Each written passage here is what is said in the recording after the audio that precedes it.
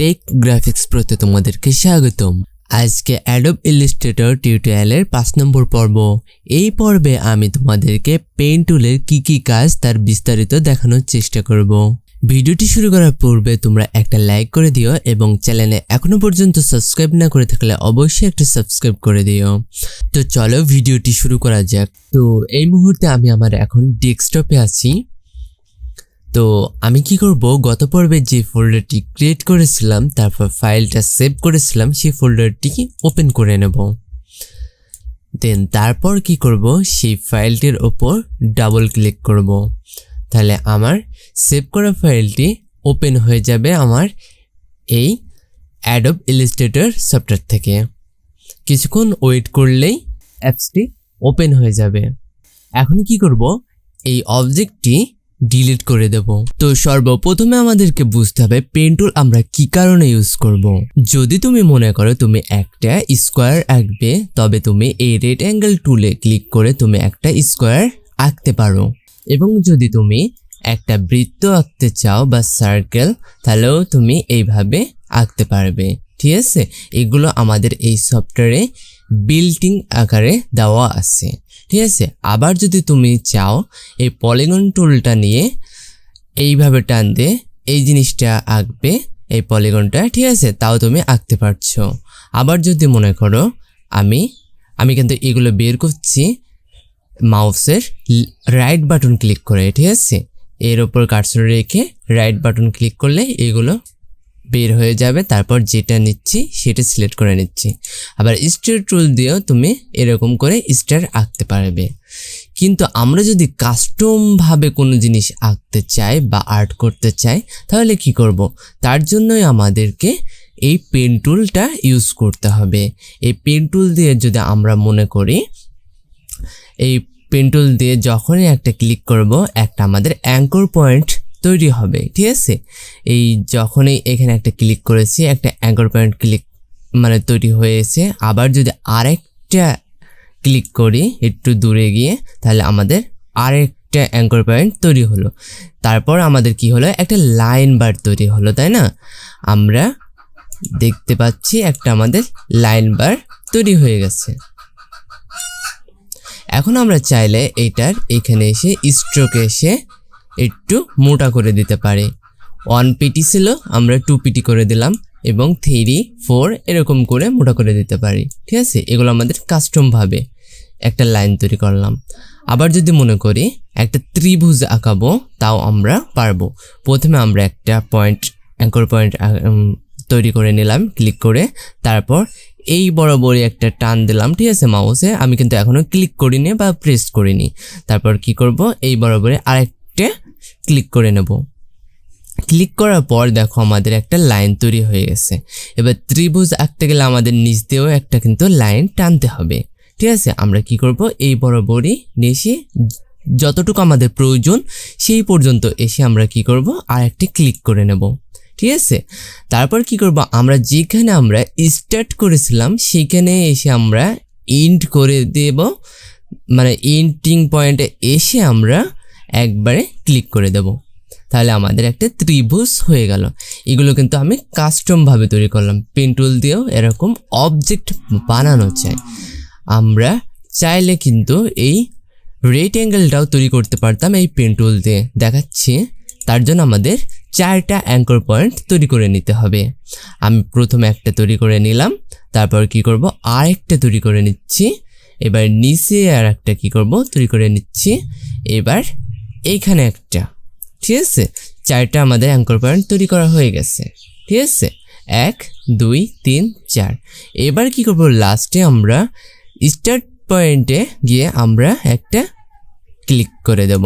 তাহলে আমাদের এন্ডিং হয়ে গেল। তার মানে আমরা এইটা দিয়ে এই ধরনের অবজেক্টগুলোও তৈরি করতে পারছি। তো আমাদের পেন টুল কি খালি এই ধরনের জিনিস বানানোর জন্য?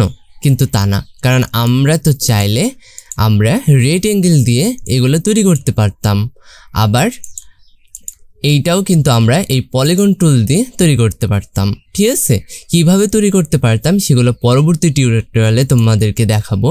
কিন্তু এই টিউটোরিয়ালে পেন টুলের কাজগুলো আমরা দেখে নিচ্ছি, ঠিক আছে। সাপোজ পেন টুলে আমি আবারও সিলেক্ট করে নিলাম পেন টুল। এবার কি করব, আমি একটা স্টেট ক্লিক করে নিচ্ছি। হ্যাঁ, এবার কি করব, সেকেন্ডে যখন ক্লিক করব, ক্লিক করে ছেড়ে দেব না, প্রেস করে ধরে রাখবো, ঠিক আছে। ধরে রেখে আমরা কি করব, যে কোনো একদিকে ড্র্যাগ করব বা মাউসটা নাড়াবো, ঠিক আছে। আমি চাচ্ছি যে এই বরাবরই টান দিচ্ছি, ঠিক আছে। আমি কিন্তু মাউসের বাটন কিন্তু এখনো পর্যন্ত ছাড়িনি, ঠিক আছে। এবার কি করব, ছেড়ে দেব, ঠিক আছে। দেখো আমি কিন্তু এইখান থেকে একটা সুন্দর একটা কার্ভ তৈরি করলাম, ঠিক আছে। এবার যদি আমার যেই এখনো কিন্তু আমার পয়েন্ট বাকি আছে, আমি কি করব, এখানে এসে ইন্ট করে দেব। তাহলে আমার কি হলো, অ্যাঙ্কর পয়েন্ট কিন্তু দুইটা, এই দুইটা অ্যাঙ্কর পয়েন্টে আমার কিন্তু সুন্দর একটা অবজেক্ট তৈরি হয়ে গেল, তাই না।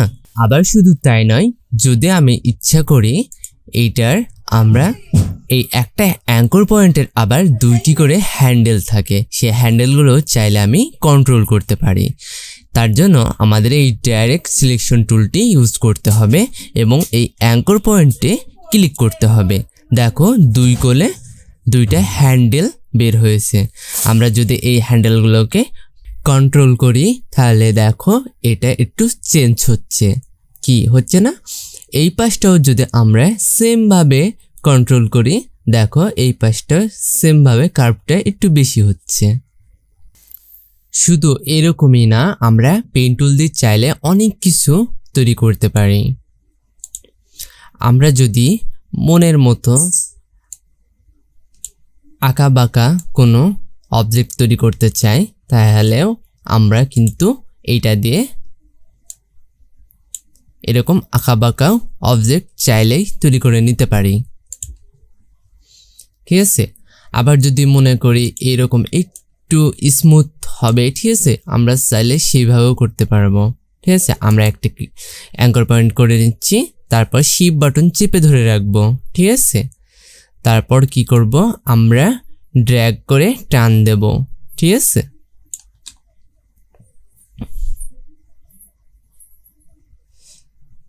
তারপর আবার এই সোজা একটু নিলাম, এবারও শিফট বাটন চেপে ধরলাম, ঠিক আছে। তারপর ছেড়ে দিলাম। এবার কি করব, আমরা এই পয়েন্টেই দেখো, তোমরা একটু লক্ষ্য করো, আমি জুম করে দেখাচ্ছি।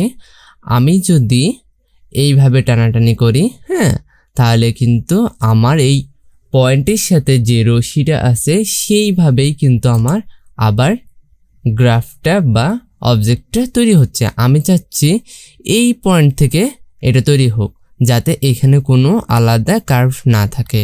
তার জন্য আমাকে কি করতে হবে, এইখানে একটা ক্লিক করে নিতে হবে, ঠিক আছে। একটা ক্লিক করে নিলাম। হ্যাঁ, এবার দেখো আর ওরকম বক্র বা কার্ভ অবস্থায় নাই, ঠিক আছে। এবার কি করব, আমি সোজাসুজি এইভাবে একটা লাইন ক্রিয়েট করে নেব। তারপর আবার এখানে আমি এন্ডিং করে দিচ্ছি, ঠিক আছে। এবার যদি আমি চাই, হ্যাঁ, এইটাকে আমি কপি করব। কপি করলাম, আমি এইভাবে ড্র্যাগ করেছি আর কিবোর্ডের অল্টার বাটন প্রেস করে ধরে আসছি, ঠিক আছে। আগে কিবোর্ডের অল্টার বাটনটা প্রেস করে ধরেছি, তারপর আমি ড্র্যাগ করে টেনে নিয়ে এসেছি, তাহলে আমার ডবল বা ডুপ্লিকেট অথবা কপি হয়ে যাবে।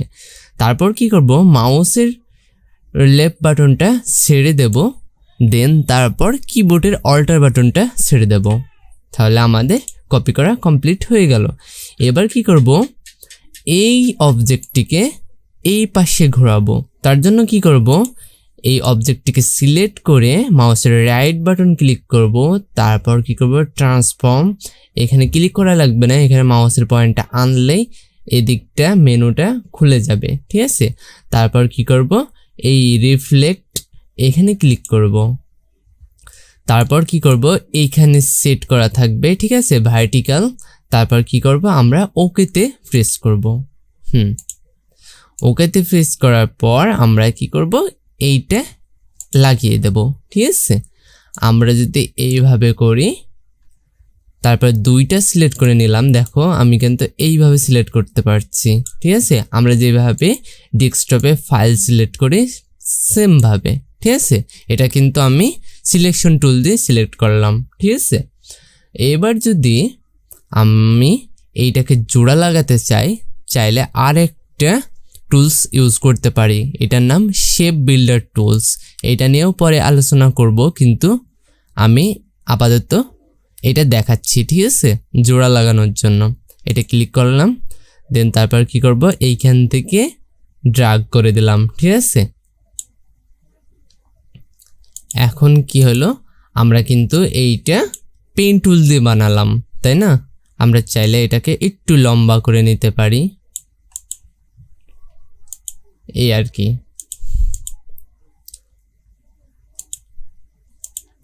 তো আমরা পেন টুল দিয়ে চাইলে অনেক কিছু তৈরি করতে পারি, যেহেতু এটা বেসিক টিউটোরিয়াল অনেক বড় হয়ে যাচ্ছে। ঠিক আছে, তো তার জন্য বলছি ভিডিওটি আজকের মতো এই পর্যন্তই।